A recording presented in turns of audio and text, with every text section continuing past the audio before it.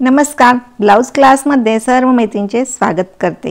आज मी तुम्हाला 36 छातीच्या अस्तर ब्लाउजची कटिंग आणि शिलाई दाखवणार आहे। या ठिकाणी बघा, हे पेपर कटिंग ठेवून अस्तर कट करून घेते। याची कटिंग मागील व्हिडिओमध्ये मी दाखवलेली आहे। ज्यांनी कोणी पाहिली नाही तर त्यांनी बघून घ्या। कमीत कमी वेळात आपण हा ब्लाउज शिवणार आहे, स्टेप बाय स्टेप सर्व माहितीसह। तर जे कोणी नवीन आहे, सबस्क्राइब केलं नाही त्यांनी सबस्क्राइब करा आणि पूर्ण व्हिडिओ पाहिल्यानंतर कमेंट करून मला नक्की कळवा। जे कोणी नवीन आहे त्यांच्यासाठी, नवीन शिकता आहेत तर बऱ्याच टिप्स मी सांगणार आहे। या ठिकाणी बघा, मी अस्तर कसं ठेवलेलं आहे ते तुम्ही बघून घ्या आणि त्या पद्धतीने कटिंग करायची। एक्स्ट्राचा मी अजिबात कपडा घेत नाही। जशी मार्किंग केली आहे पेपर कटिंग ठेवून त्याप्रमाणे मी कट करून घेतीये अस्तर। काही जण काय करतो, अस्तर मार्किंग केल्यापेक्षा अस्तर जास्त कट करतात, त्यावेळेस त्यांचा ब्लाउज चुकतो, जास्तच मोठा होतो, फुगा येतो। आता या ठिकाणी बघा, अस्तर ठेवून मी ब्लाउज कट करून घेते। तर या ठिकाणी आपण कमरेला प्लेन घेणार आहे आणि बाहीला फक्त बॉर्डर घेणार आहे। पूर्ण साडी एकाच कलरची आहे, मध्ये डिझाइन वगैरे असं काही नाहीये। तर त्यामुळे मी काय करणार आहे, या ब्लाउजचं कमरेला बॉर्डर लावणार नाही आणि जास्त सिंपल शिवणार आहे। याला गळपट्टी लावून हा ब्लाउज शिवायचा आहे आपल्याला। तर मी खूप सविस्तररित्या गळपट्टी कशी लावली पाहिजे याची सुद्धा मी सविस्तर माहिती देणार आहे। आता ही पूर्ण आपली कटिंग कशी झालेली आहे ते बघा आणि याच पद्धतीने आता आपण ही जी कटिंग झालेली आहे तर लगेच आता आपण ब्लाउज शिवून घेऊया। आता शिवताना सर्वप्रथम आता तुम्हाला सगळं स्टेप बाय स्टेप सांगते। आपल्याला ज्या वेळेस आपण अस्तर ब्लाउज शिवतो तर समोरचा भाग कधीही तयार करून घ्यायचा। मग त्याच्यात समोरचा भाग करताना पहिले क्रॉस पट्टी तयार करायची। मग ती क्रॉस पट्टी करताना आता हा प्लेन आहे तर त्याच्यामुळे या ठिकाणी प्लेन ब्लाउज असेल तर गडबड होते, तर समोरासमोर अशा क्रॉस पट्टी ठेवायच्या की जेणेकरून आपल्या एकाच साईडच्या क्रॉस पट्टी होणार नाहीत। तर त्यासाठी काय करायचं, आता या ठिकाणी मी मागची भाग घेतला तर आता या ठिकाणी पुढचा आलेला आहे तर दुसरी क्रॉस पट्टी आपली पुढचीच आली पाहिजे। अस्तर वरच्या बाजूला असेल तर दोन्ही सुद्धा अस्तर वरती आलं पाहिजे। अस्तर वरती दाबटीप देऊन घ्यायची आणि दाबटीप ही कडेला आली पाहिजे, जास्त ब्लाउजच्या कपड्यावरती नकोय आपल्याला। आणि त्याच्यानंतर मी वरून आणखीन एक शिलाई मारते आणि परत वरच्या साईडला सुद्धा जिथं क्रॉस आपली पट्टी आलेली आहे, आकार आलेला आहे, त्याला सुद्धा मी पाव इंचावरती शिलाई करून घेते। एक्स्ट्राचा कपडा असेल तर तो कट करून घ्यायचा। त्यानंतर दुसऱ्यांदा आलं कटोरी। कटोरी आता आपल्याला बघा, ह्या सुद्धा कटोरी आपल्याला समोरासमोर ठेवायच्या, सरळ भाग खाली ठेवायचा, वरती अस्तर ठेवायचं। पाव इंच अंतर सोडून आपल्याला पूर्ण राऊंड मध्ये शिलाई करून घ्यायची। गळ्याचा सुद्धा भाग बघा आणि एक्स्ट्राचा कपडा असतो तो लगेच कट करून टाकायचा। यामुळे काय होतं, जेव्हाच्या तेव्हा तुम्हाला फिनिशिंग करायची सवय लागते आणि ब्लाउज तुमचा लवकर होतो। आता दुसरी कटोरी घेतली। आता या ठिकाणी पण बघा, मी पाव इंच अंतर सोडून कटोरीला शिलाई करून घेते आणि एक्स्ट्राचा कपडा कट करते। ह्यामुळे काय होतं, आपला लवकर ब्लाउज होतो आणि तुम्ही जर आधी अस्तर जोडलं आणि नंतर कट केलं तसं सुद्धा केलं तरी चालतं, पण लवकरात लवकर ब्लाउज होतो कमीत कमी वेळात। आता कटोरीच्या साईडचा भाग, मग हा समोरासमोर ठेवायचा, प्लेन कपडा बघून घ्यायचा, कुठं शाईन। आता बघा, माझ्याकडून उलट सुलट झालता तर मी सरळ भाग खाली ठेवला आणि जो आतील भाग असतो तो वरती ठेवला, त्याच्यावरती अस्तर ठेवलं। तरी कधी कधी समजत नाही म्हणायला, पण असं काही नाहीये। तर जो सिल्कचा कपडा असतो तो वरती जास्त शाईन असते आणि आतल्या साईडला कमी असते आणि त्याचा कलर जरा थोडा डार्क असतो, त्यामुळे सुद्धा कपडा ओळखू येतो। पण कधी कधी काय होतं, हलगर्जीपणा होते आपल्याकडून, त्यामुळे मी सांगते तुम्हाला। तरी पाव इंच अंतर सोडून शिलाई मारून घेतली आणि एक्स्ट्राचा कपडा कट करून घेतला। आता दुसऱ्या सुद्धा भाग आपला कटोरीच्या साईडचा भाग अशा पद्धतीने शिवून घेते, पाव इंच अंतर सोडून। जर तुम्ही कोणी नवीन असाल, सबस्क्राइब केलं नसेल तर सबस्क्राइब करा, जेणेकरून तुम्हाला जे मी नवनवीन व्हिडिओ बनवते ते तुमच्यापर्यंत लवकर पोहोचतील। आता बाहीत सुद्धा बघा, आता आपल्याला हे करायचंय, समोरासमोर ठेवून घ्यायची। आता आपण हा सरळ भागावरती अस्तर ठेवणार, सरळ भाग खाली, कारण की आपल्याला अस्तर आतल्या साईडला दुमडायचं आहे।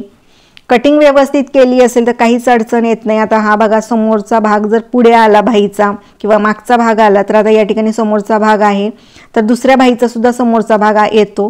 त्यानंतर एक्स्ट्राचा कपडा कट करून टाकायचा आणि मी दंड घेराला थोडीशी गोलाई दिली, पाव इंच खालच्या साईडनी, त्यामुळे आपली बाही व्यवस्थित बसते, खालच्या दंडाला टोक येत नाही. आतल्या साईडला आता मी अस्तर दुमडून वरच्या साईडला एक शिलाई करते. त्यानंतर बघा वरच्या साईडला सुद्धा व्यवस्थित आपली शिलाई आली पाहिजे. त्यानंतर कडेनी जे आपला भाग आहे एक्स्ट्राचा आहे तो कट करून टाकायचा.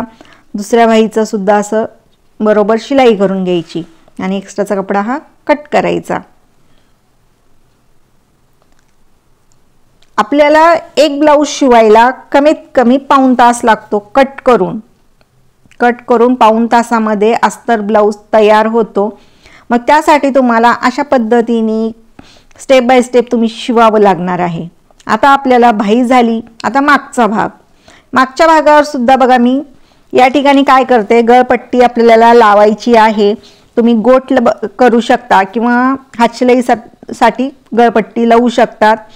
या ठिकाणी मला थोडासा गळा उंची कमी वाटते तर थोडासा मी गळा वाढवते. मग वाढवताना बघा मी एकाच साईडने अर्धा भाग मी आकार देऊन घेतला, दुसरा भाग त्याच्यावर ठेवला की जेणेकरून आपण जो आकार वाढवलेला आहे, गळा उंची वाढवलेली आहे तर ती व्यवस्थित दोन्ही सेमी येईल. तर आता आपल्याला या ठिकाणी बघा गळा उंची वाढलेली आहे, शोल्डरला आपल्याला पाव इंच कमी करायचं आहे, हे लक्षात घ्या. आणि पूर्ण राऊंडमध्ये मी याला शिलाई करून घेते आणि जिथं आपण वाढवलेला आहे ती त्याच्यावरून शिलाई घेतली साईडनी पूर्ण. आणि या ठिकाणी कमरेला सुद्धा मी कमरपट्टी लावणार आहे, हे लक्षात घ्या. आणि त्याचबरोबर एक्स्ट्राचा कपडा कट करून टाकला. आता आपल्याला टक्स घ्यायचा आहे. गळा उंचीच्या खालीच आपला टक्स येतो, हे लक्षात घ्या. तर टक्स उंची कमी येईल. टक्स उंची या ठिकाणी 3-3.5 इंच येणार आहे. दोन्ही साईडनी टक्स बघा सेम आले पाहिजे. टक्स अंतर सुद्धा मी कमी घेतलेलं आहे. आता याला लगेच मी कमरपट्टी लावून घेते. कमरपट्टीला सुद्धा साईडला एक शिलाई करून घ्यायची. त्यानंतर या ठिकाणी बघा कमरेला पण थोडीशी गोलाई देते, पाव इंच वरती पट्टी लावतीये. आणि जिथं डाच आहे आपली तिथं मी एक चून घेतली. चून घेतल्यामुळे आपली कमरपट्टी व्यवस्थित बसते. त्याच्यावरती मी दाबटीप घेऊन आतल्या साईडला दुमडणार. परत खालच्या साईडलाच मी कडेला किंवा पाव इंच अंतरावरती या ठिकाणी शिलाई करायची. ही शिलाई उसवायची नाही आणि वरच्या साईडला जी आपण शिलाई करतो ती उसवायची हातशिलाई करून. अशा पद्धतीने मागचा भाग तयार झालेला आहे व्यवस्थित फिनिशिंगमध्ये. आणि आपला गळा सुद्धा चांगला व्यवस्थित बघा आकार आलेला आहे. कमरेची पट्टी व्यवस्थित बसलेली आहे. आता आपल्याला पुढचा भाग तयार करायचा आहे. तर त्यासाठी आता आपल्याला पहिले काय करायचं, कटोरीचा टक्स व्यवस्थित करून घ्यायचा. तर कटोरीचा टक्स घेण्यासाठी बघा कशी मी घेते. या ठिकाणी थोडासा अर्धा इंच आपली कटोरी जास्त झालेली आहे. तर काही महिलांचं काय होतं, कटोरी कमरघेर कमी असतो, दंडघेर कमी असतो, मुंडा कमी असतो, पण छातीघेर जास्त असते. मग अशा वेळेस आपण छातीघेरेचा चौथा भाग कटोरी घेतो तर त्याच्यात मी अर्धा इंच थोडंसं वाढवलं. तर हे असे बदल आपल्याला ब्लाऊज शिवताना भरपूर प्रॅक्टिस झाल्यानंतरच आपल्याला ह्याचा अनुभव येतो. त्यावेळेस आपण हे बदल करतो. तर या ठिकाणी मी टक्स कसा घेतला तुम्ही पाहिलेला आहे.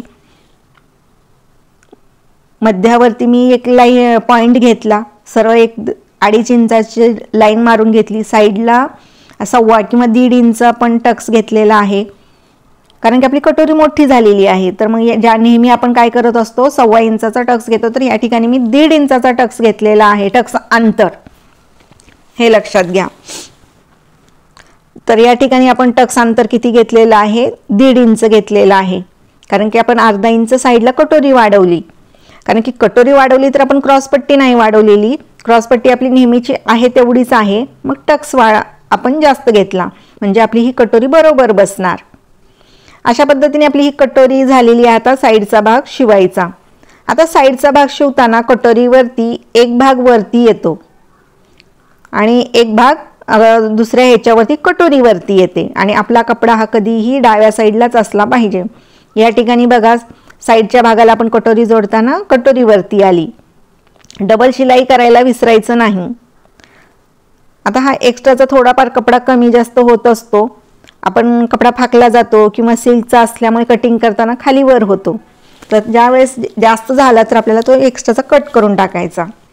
या ठिकाणी आता आपण क्रॉसपट्टी लावून घेतोय।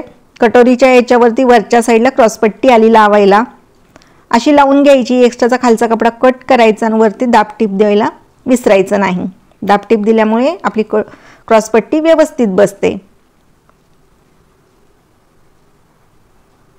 त्यानंतर आपण आता दुसऱ्या साईडची कटोरीला क्रॉसपट्टी जोडून घेतो। आता तुम्हाला या ठिकाणी बघा, तरी पण आपली कटोरी थोडीशी मोठी झाली तर साईडला कपडा उरलेला आहे तो 1/2 इंच असा कट करून टाकायचा। आणि हा 1/2 इंच उरलेला कपडा कट केल्याने आपल्याला काही ब्लाऊज कमी पडणार आहे असं काही नाहीये। आता या ठिकाणी आपल्याला हुक लूकची पट्टी लावून घ्यायची। तर या ठिकाणी बघा, हुक लूकची पट्टी कॉटनची जे आपण अस्तर घेतलेला आहे त्याचीच घेतलेली आहे। डाव्या साईडला हुकची पट्टी लावतो आणि उजव्या साईडला लूकची पट्टी लावतो। मग लूकची पट्टी मी या ठिकाणी तयार करून घेतेय।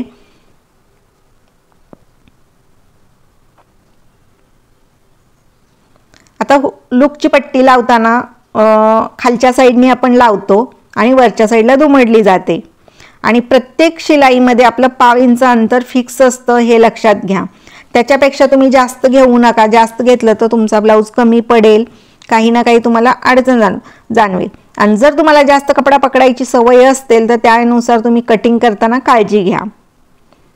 आता या ठिकाणी बघा, आपल्याला याची मार्किंग करायची आहे लूकची, पण आता आपण हुकची या ठिकाणी एक्स्ट्राचा दोरा असलेला तो सुद्धा कट करून घ्यायचा। आता या ठिकाणी बघा, आधी हुकची पट्टी लावून घ्यायची असते, त्याच्यानंतर लूकची पट्टी लावायची। आज जरा थोडंसं मी आधी लूकची पट्टी तयार केली। आता या ठिकाणी बघा, हुकची पट्टी तयार करून घ्यायची, त्याच्यानंतर लूकची करून घ्यायची, म्हणजे घरं करायला आपल्याला लगेच सोपं जातं। कारण की आपल्याला चेक करूनच घरं करायची असतात। कमी जास्त हुक लूकची पट्टी झाली नाही ना याची काळजी घ्यावी लागते।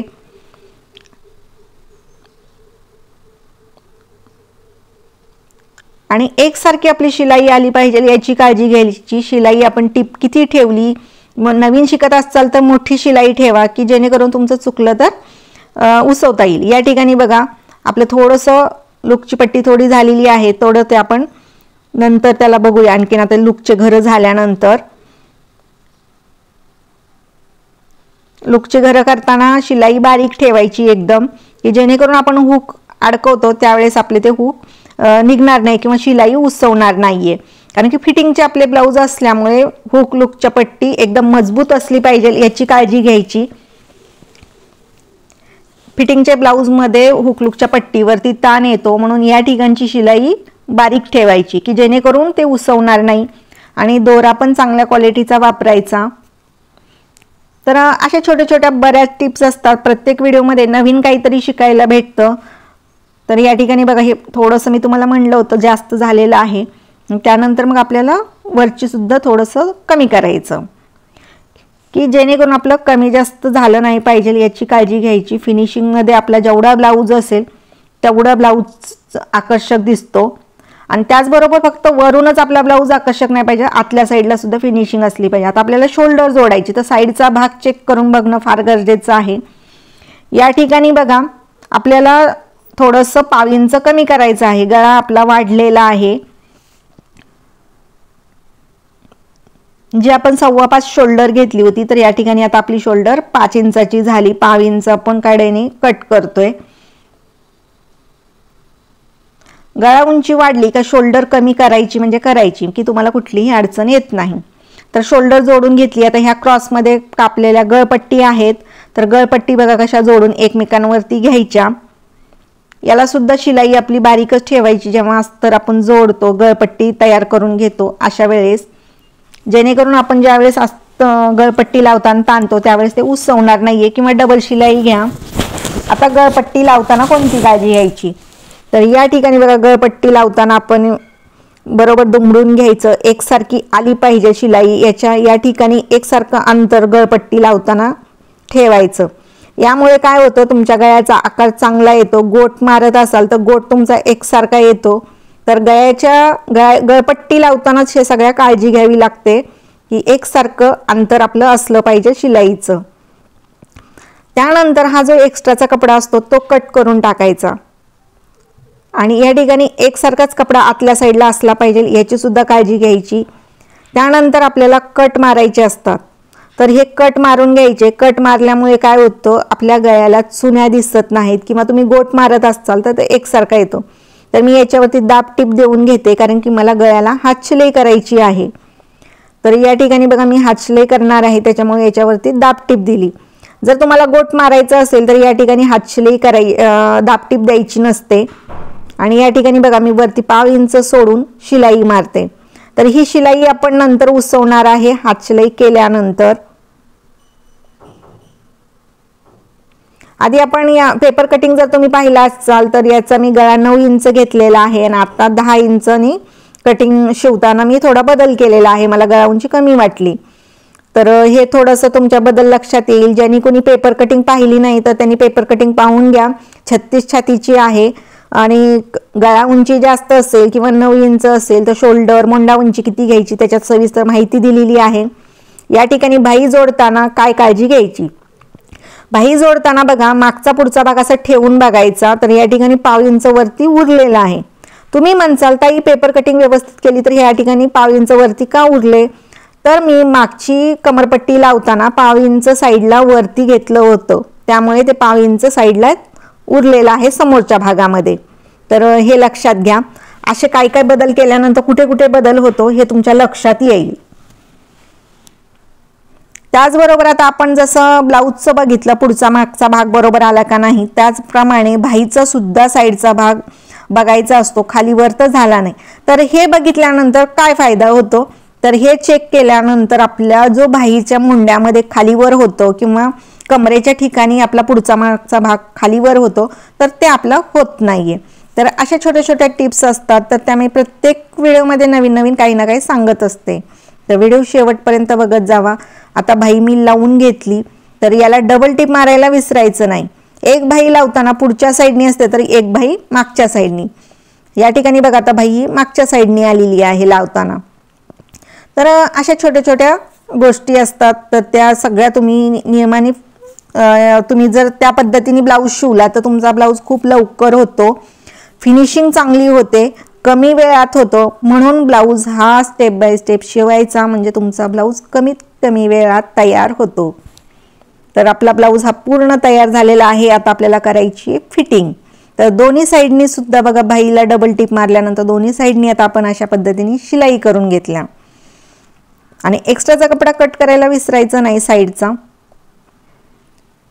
त्यानंतर आता आपल्याला फिटिंग करायची। मग फिटिंग करताना हे सर्वात महत्त्वाचं, ब्लाऊज खूप छान शिवला आणि तुम्ही जर फिटिंग बरोबर नाही केली तर मग मोंढ्यात चुन्या येतात, दंडघेरात शोल्डर उतरते। तर या ब्लाऊजची कमरघेर 32 आहे, उरलेल्या भागाचे असे 1.5 इंच आहे। तर या ठिकाणी बघा कमरघेराला खाली 1.5 इंच। आता मोंढा पूर्ण घेर या ठिकाणी 16 आहे, तर 8 वरती मोंढ्यामध्ये मार्किंग केली। दंड घेर 13 आहे, तर मी 6.5 वरती या ठिकाणी मार्किंग केली। दुसऱ्या साईडला सुद्धा याचप्रमाणे मार्किंग करून घ्यायची। कमरघेराला 1.5 इंच, मोंढ्यामध्ये 8 इंच आणि दंडघेराला 6.5 इंच।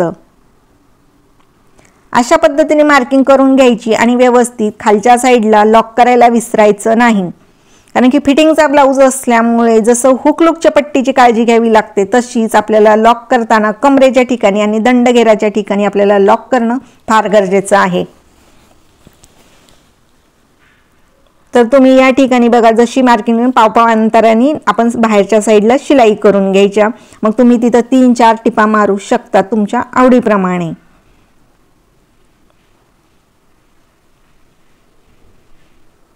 या ठिकाणी बघा दुसऱ्या साईडला सुद्धा आपण लॉक करताना विसरायचं नाही। कमरेला मी लॉक करतेय, दंडघेराला लॉक करतेय आणि अशा पद्धतीने आपला ब्लाऊज तयार झालेला आहे। आता आपण बघूया आपला ब्लाऊज कसा झाला। ही आपली बाही आहे, मोंढ्यात बघा एकसारखं आलेलं आहे। हे फार महत्त्वाचं आहे, मुंड्यामध्ये व्यवस्थित येणं, गळपट्टी व्यवस्थित लावणं गळ्याचा। तर एक तुमच्यासाठी खास गोट, बऱ्याच मैत्रिणी म्हणतात गोट एकसारखा येत नाही, त्यासाठी कोणती काळजी घेतली पाहिजे तर तुम्हाला खास गोट एकदम बारीक कसा बनवायचा त्याची सुद्धा मी तुम्हाला व्हिडिओ लवकरच अपलोड करेन। अशा पद्धतीने आपला ब्लाऊज तयार झाला। तुम्हाला ब्लाऊज कसा वाटला मला कमेंटमध्ये नक्की कळवा। पूर्ण व्हिडिओ पाहिल्याबद्दल सर्व मैत्रिणींचे धन्यवाद।